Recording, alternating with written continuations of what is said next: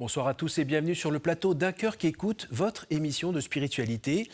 Aujourd'hui, je vous invite à marcher en compagnie d'Aliénor Vidal de la Blache. Bonjour Aliénor. Bonjour. Alors vous avez publié aux éditions Salvator un livre qui s'appelle « Seul à pied vers Jérusalem » dans la collection Chemin d'étoiles. En passant, merci beaucoup. Superbe livre.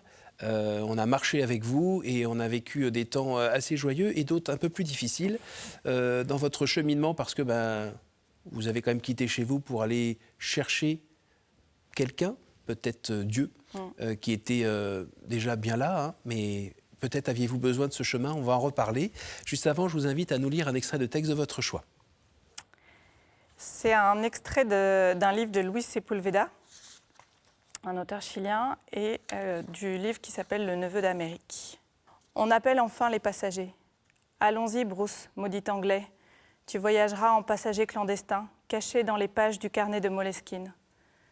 Demain soir, nous serons en Patagonie, sur les traces des deux vieux gringos qui ont donné naissance à cette aventure. Et ni eux, ni aucun des gauchos que tu connais ne s'étonneront de nous voir arriver. Car dans la lourde solitude de leur cabane, les gens de Patagonie disent que la mort commence lorsque l'on accepte de mourir. Le bateau appareille, proue vers la baie de Corcovado.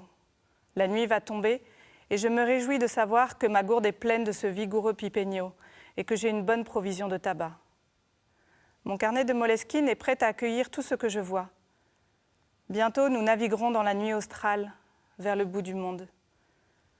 Lorsque brillera la croix du Sud, je boirai à la santé de ce maudit Anglais qui est parti le premier. Et le vent m'apportera peut-être l'écho de 2 chevaux montés par 2 vieux gringos, galopant sur la ligne floue de la côte, dans une région tellement vaste et hantée d'aventures qu'elle ne saurait être limitée par la mesquine frontière qui sépare la vie de la mort. Superbe, on a envie de lire la suite. Oui. Pourquoi ce choix ? Pourquoi ce choix ? Alors, je ne vais pas raconter l'histoire parce que je ne m'en souviens plus. Je l'ai lu il y a 20 ans, ce livre. Et le goût de l'aventure m'est venu par les livres, et notamment celui-là.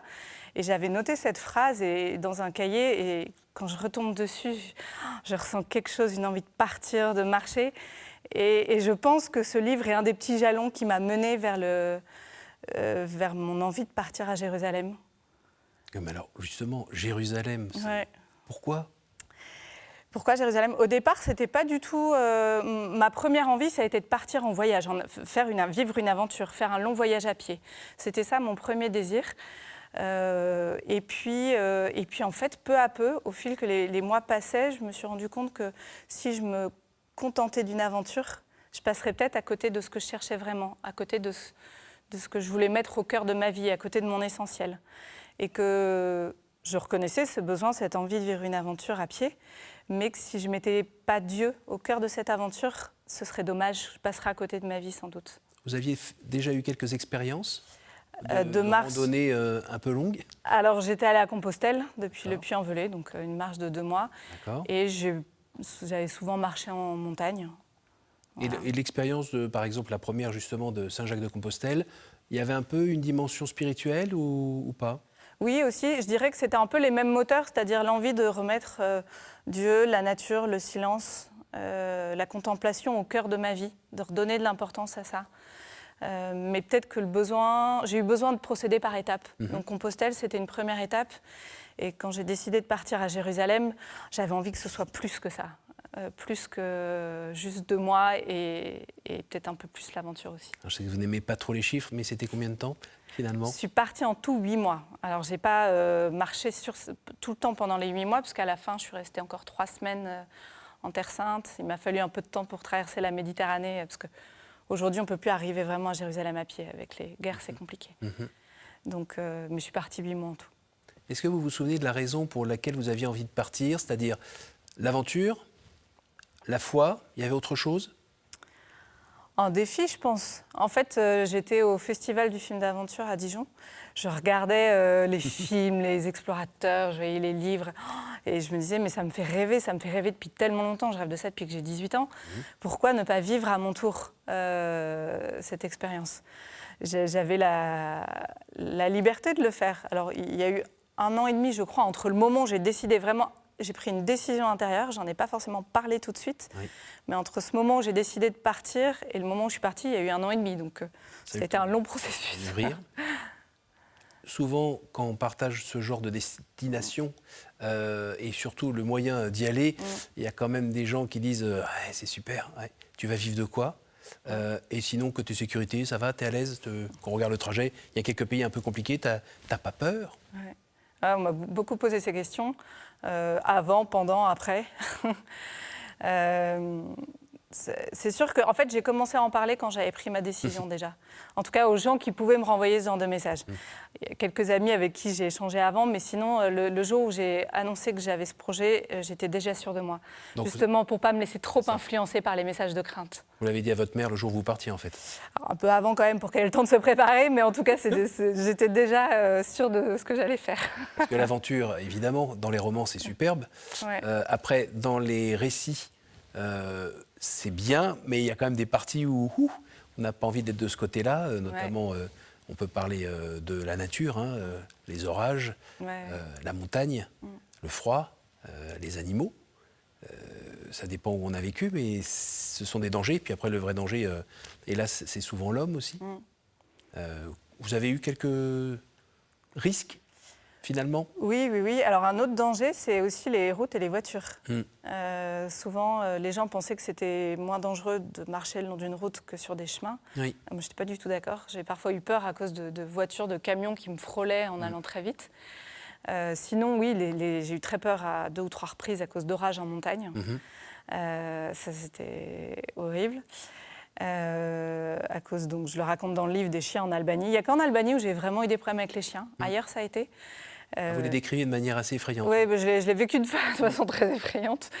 Et puis, oui, à 2-3 reprises, des hommes qui ont essayé de me manquer de respect. Alors, heureusement, c'est jamais allé trop loin, mais c'est quand même vraiment désagréable. Et puis parfois des dangers, parce que des routes, des chemins qui sont indiqués sur une carte comme étant un vrai chemin, dans la réalité, il n'y a rien du tout le long d'un précipice. Voilà, des petits moments comme ça. Alors, on est sur KTO, et forcément, le défi physique, bravo. L'aventure, j'ai envie de dire, tant mieux pour vous. Mais après, la quête spirituelle, est-ce que vous sauriez la formuler aujourd'hui? Comment ça s'est passé? Qui avez-vous trouvé? Ouais. C'est marrant parce que au départ, quand même, mon premier désir, c'était de vivre une aventure. Et peu à peu, j'ai rajouté Dieu là-dedans. En fait, je sentais bien quand même que même si je croyais en lui, je le laissais aux périphéries de ma vie et que ce n'était pas vraiment ce que je voulais. Et là, en partant faire ce voyage, je me suis dit, je vais essayer de lui donner une place au cœur de ma vie. Et pour ça, je suis passée par le chantage. C'est peut-être pas très glorieux.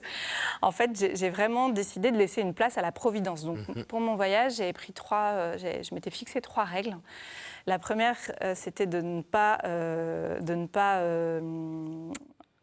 payer pour être hébergée. Donc, je demandais l'hospitalité. La seconde, c'était de ne pas faire de stop, donc de tout faire à pied. Si je faisais du stop, je revenais là où je m'étais arrêtée la veille. Et la troisième, c'était 5 € maximum par jour. Budget max. Voilà. Et du coup, tout ce que je ne maîtrisais pas, j'avais décidé de confier la maîtrise de tout ça à Dieu. Alors, pardon, petite parenthèse, vous êtes du genre plutôt à contrôler tout? Alors, il paraît. C'est marrant, moi j'en avais pas conscience, mais on me l'a beaucoup renvoyé, donc j'ai dû lâcher prise. D'accord. Mais il paraît que oui, je suis du genre à essayer de contrôler les choses. Dans les histoires que vous racontez d'ailleurs, on sent bien que cette confiance dans la Providence, c'est que la Providence, elle ne se met pas toujours en route à midi ou à 15h. Non. Ça peut être à 21h30, voire 22h, et au dernier moment, quand on n'en peut plus. Quand on n'en peut plus, on n'y croit plus. Et où là, peut-être, on lâche vraiment. En fait, c'est intéressant de voir comme c'est dans les moments les plus durs, finalement, que Dieu se manifeste le plus fortement. Mais il faut accepter d'aller au fond de ces moments durs. Et ça a été très fort. Mais sur le moment, je me souviens d'un soir où j'avais eu très peur à cause d'un orage en montagne. Et c'est un des soirs où j'ai le plus galéré pour trouver un endroit où dormir. Et je me suis sentie abandonnée de Dieu, vraiment. Et ça me mettait en colère. Et en fait, c'est resté comme une des expériences spirituelles les plus fortes du voyage. Et c'est vrai que je garde aujourd'hui très fort ce sentiment que si Dieu prend soin de moi dans les petites choses, parce que c'était des petites choses, hein, C'était un endroit où dormir, mais le plus simplement possible. Parfois une douche, de l'eau. Enfin, vraiment, on parle de choses très quotidiennes. Et je me dis, mais si Dieu prend soin de moi comme ça dans les petites choses, et ça, je l'ai expérimenté, qu'est-ce que c'est dans les grandes ? Mais il a fallu tout un voyage pour que j'arrive à le comprendre, ça.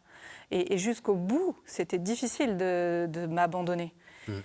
Et ce que je trouve beau, c'est que Dieu, qui était un peu, pas un prétexte, mais enfin que j'ai rajouté dans ma valise, dans mon sac un peu au dernier moment, finalement, il est devenu le but.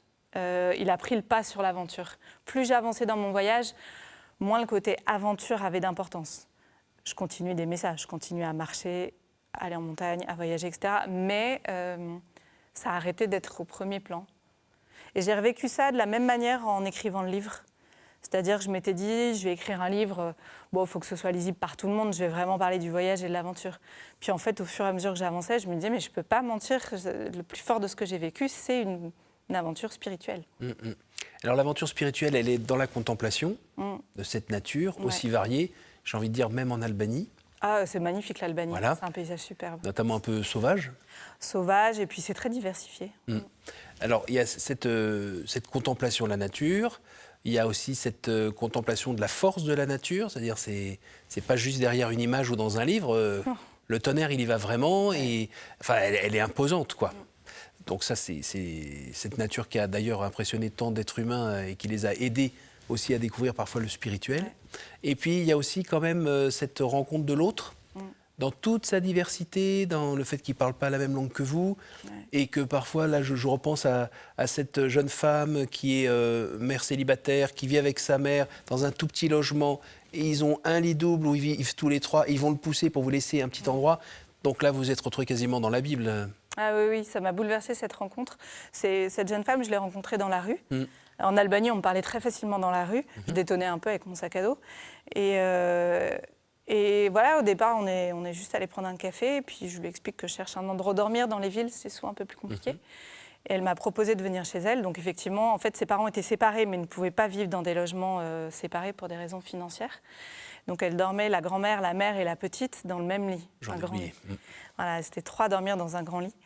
Et elles m'ont fait une place par terre, effectivement, en mettant des coussins par terre.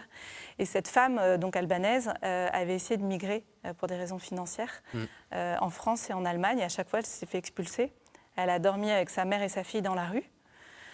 Et donc, moi, j'ai été bouleversée parce qu'elles m'ont accueillie et puis elles n'ont pas prétexté le manque de place. Oui. Il n'y avait pas de place, mais en fait, voilà, elles n'ont pas prétexté le manque de moyens, alors que je pense que même en voyageuse avec mes 5 €, j'avais peut-être plus de moyens qu'elles. Et elles l'ont fait sans me faire ressentir en aucune façon que c'était pesant pour elles. J'étais bouleversée, j'ai un peu honte de me sentir aussi du côté de ceux qui ne savent pas accueillir. Et en même temps, tellement touchée. Par cette fraternité ? Par cette fraternité, cette simplicité dans l'accueil, j'ai eu l'impression d'être face à la veuve de l'Évangile, vous savez, qui prend dans son essentiel pour donner. J'ai vraiment eu cette sensation d'être face à des gens qui prenaient dans leur essentiel pour me donner, et avec joie en plus. Vraiment sans faire de manière ni rien, sans faire ressentir que c'est pesant. Donc c'est la charité, mais c'est l'amour en fait. Ah oui, c'est la charité complètement incarnée. Pour moi, je sais pas si ces personnes étaient croyantes, mais peu importe, à travers leurs actes, c'est Dieu qui agit, j'en suis convaincue. Et puis c'est beau aussi d'être du côté du pauvre accueilli. C'est pas toujours simple, mais c'est beau aussi de pas toujours être du côté de la main qui donne, quand on a la chance d'être être dépendant, être vulnérable, ce ne sont pas des valeurs très, très à la mode dans notre pays. Après, vous avez fréquenté quand même par votre vie professionnelle, vous avez fréquenté un petit peu la pauvreté et la vulnérabilité. Oui, j'ai travaillé plusieurs années avec des personnes à la rue, je travaillais avec des migrants, un peu en prison aussi, avec des personnes avec handicap.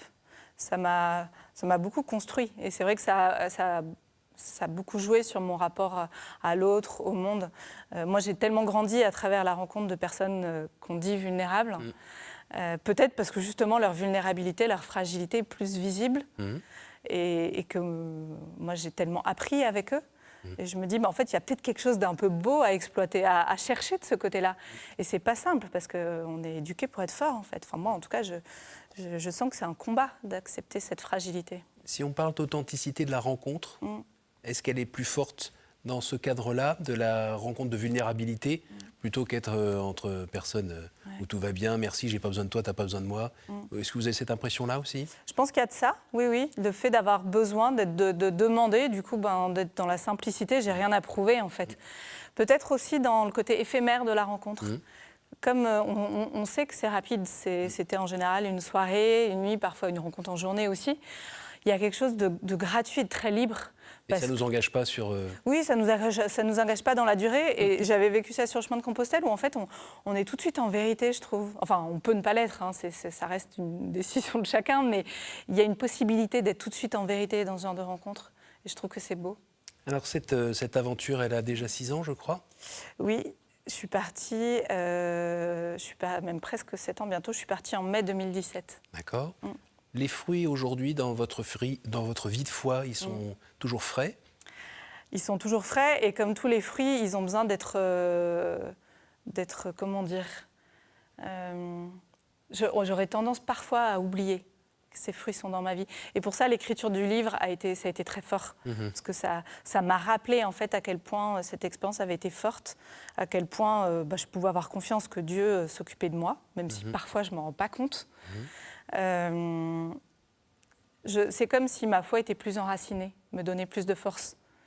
Je pense que la foi, c'est pas un miracle, c'est-à-dire que d'un coup, je me suis pas mise à avoir tout ce que je voulais dans ma vie, hein, ce serait trop beau. Mais en revanche, il y a une espèce de confiance en moi, même dans les moments de détresse, hein, parce qu'il y en a, ou de sécheresse aussi, où je sens pas trop la présence de Dieu, et j'ai envie de lui crier dessus un peu, Chao, t'es où là? Mais en fait, il y a quand même un truc enraciné en moi, c'est une force incroyable, ça. Ouais. Et il en faut pour écrire un livre où je parle de ma foi, ce qui n'est pas non plus quelque chose que je fais tous les jours. Oui, c'est un défi, ça? Oui, c'est un défi pour moi, oui. Est-ce que dans cette aventure et jusqu'à aujourd'hui, vous avez aussi rencontré, je sais pas, des saints ou la Vierge Marie un peu différemment? Parce que c'est sympa la solitude, mais au bout d'un moment, c'est un peu lourd. Je dirais que pendant le chemin, j'ai vraiment eu la sensation que je marchais avec Jésus, que c'était mon compagnon de route. Wow. Et ça, je lui dis de temps en temps, je lui dis, t'es le seul à savoir vraiment ce que j'ai vécu. Et je ne me sentais pas complètement seule. Parce que j'ai vraiment, alors c'est pas très rationnel, hein, on peut dire ce qu'on veut, mais moi en tout cas, dans mon cœur, j'ai la sensation que ce chemin a été partagé. Et que c'est lui que je venais chercher. C'était Jésus homme, Jésus Dieu que je venais chercher en Terre Sainte. Donc je crois que c'était vraiment lui mon premier compagnon. Après la Sainte Vierge, oui, je parle dans le livre, un jour en Italie, je suis tombée sur une statue de la Sainte Vierge avec l'enfant Jésus, dans une statue un peu abîmée dans un mur, et représentant un peu Mama, on sent qu'elle a du caractère, l'enfant il crie, on a l'impression qu'il veut s'échapper de ses bras.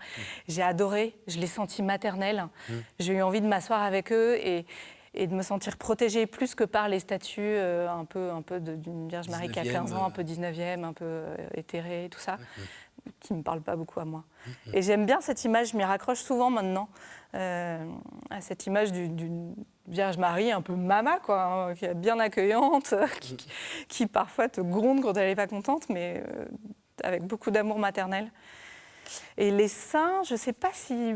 J'aime bien l'image de Saint Christophe, le saint patron des voyageurs, que j'en parle aussi dans le livre, voilà, il faisait traverser, il aidait les gens à traverser un fleuve tumultueux, et un jour, un enfant lui demande de l'aider à traverser, et cet enfant pèse lourd, au point qu'il a du mal à aller jusqu'à la rive opposée. Cet enfant, c'est Jésus qui porte le poids du monde sur ses épaules. Et j'aime bien cette image. Vous avez déjà d'autres projets un jour, ou bien vous avez vécu le voyage de votre vie, là? Oh, j'espère qu'il y en a plein d'autres. Je fourmille de projets, j'ai plein d'idées. Après, je verrai lesquels prennent racine. On parle souvent du chemin qui est plus important que l'arrivée. Là, quand on vous entend parler, vous êtes allé chercher, mais en fait, vous avez cheminé avec. Donc, qu'est-ce que vous avez trouvé à Jérusalem? J'ai eu beaucoup de mal à arriver. D'abord, je suis passée par Jérusalem, mais je suis allée jusqu'à Tibériade. Depuis le début, je m'étais dit que je terminerais sur les bords du lac. Je ne voulais pas terminer en ville. En plus, une ville qui est quand même symboliquement synonyme de division, plus que d'alliance, je trouve. Et c'est vrai que j'ai mis du temps à arriver parce que, en fait, j'arrivais à la fin de ma journée à chaque fois, que ce soit Jérusalem ou Tibériade. Et chaque journée étant dense, je suis contente d'arriver et de me poser. Il m'a fallu quelques semaines, voire mois, pour ressentir que j'étais arrivée, pour comprendre ce que j'étais venue faire là. C'était une de mes grandes questions, c'est au fait, mais pourquoi je voulais venir là? Et la réponse? Je pense que, vous savez, comme on fait des voyages pour se rapprocher de la terre de ses ancêtres, de ses racines, et ce que vraiment j'ai eu l'impression d'être venue faire, c'était de me rapprocher de mes racines de chrétienne, en fait. Judéo-chrétienne. Voilà, de me rapprocher de la terre où Jésus, homme, a vécu.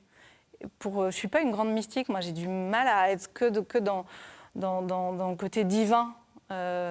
Et de passer par Jésus homme, Jésus incarné, de marcher en fait sur la terre où Jésus a marché. Ça m'a beaucoup émue, beaucoup plus que les églises et les reconstructions. J'ai eu l'impression de me rapprocher de Jésus, mais en passant par Jésus homme. Et quand il vous arrive de lire l'Évangile ou de l'entendre, ça résonne différemment? Oui, j'aime bien retrouver des images. Par exemple, je le raconte, mais dans le Wadi Kelt, qui est une vallée qui va entre Jéricho et Jérusalem. Et c'est sûr que Jésus a marché là-bas, c'est une route naturelle. Et le bon samaritain se passe là-bas. Donc quand je lis cet évangile, maintenant, ça me rappelle des souvenirs. Oui. Si je vous demande quel est le moment le plus important de tout ce voyage, vous sauriez m'en sortir un? Oh là là, ça j'ai beaucoup de mal.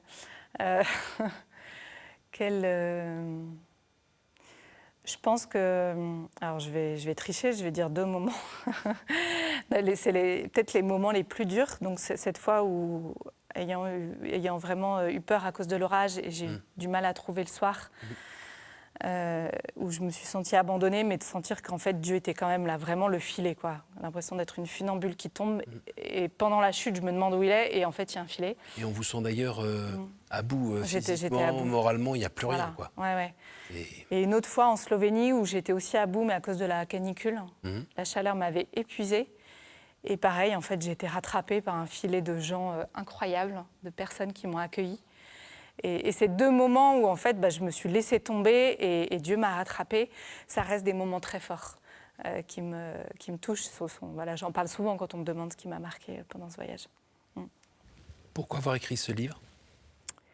Déjà, on me l'a proposé. En fait, on m'a dit, mais très concrètement, est-ce que tu ne voudrais pas écrire un livre?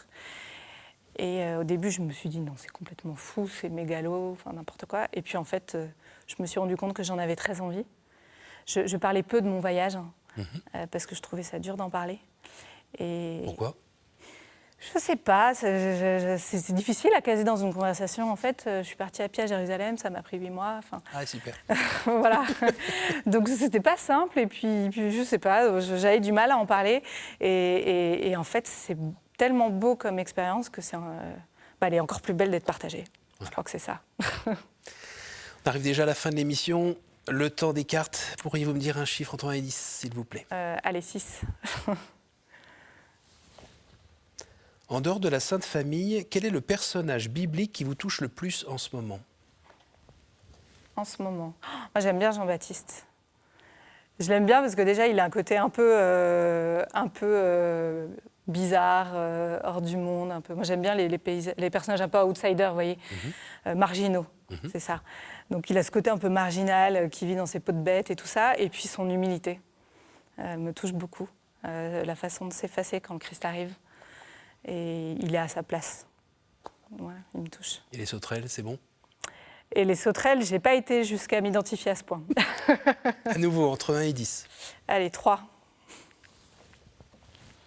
Quel est le personnage ou le saint que vous aimeriez retrouver au ciel?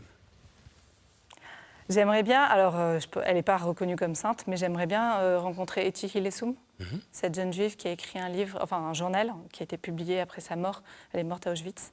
J'en parle à plusieurs reprises dans le livre et c'est un personnage je me sens guidée et j'aimerais beaucoup la voir en vrai. Enfin en vrai, là-haut. Alors j'ose le dire, une dernière pour la route. 8.